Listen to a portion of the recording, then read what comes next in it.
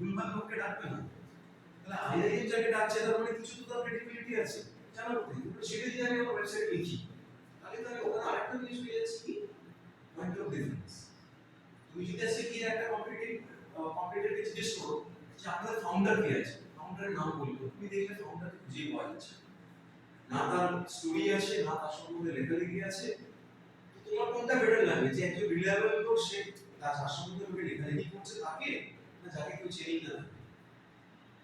Of course যাকে লোকে চিনবে, রিলেট করতে পারবে।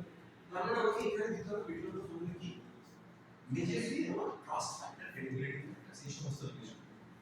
আমি এগুলো বটম আপ করব। এবার দেখলে যে লোকে এটা কনভিন্স হয়ে গেছে, এবার আমি কি করতে হবে, টাইমটাকে শর্ট করে অ্যাকশন নিতে হবে। So what I can do, offers, discounts, spot offers, combo offers, whatever. আমি এখানে রাখবো হচ্ছে ম্যাক্সিমাম অফার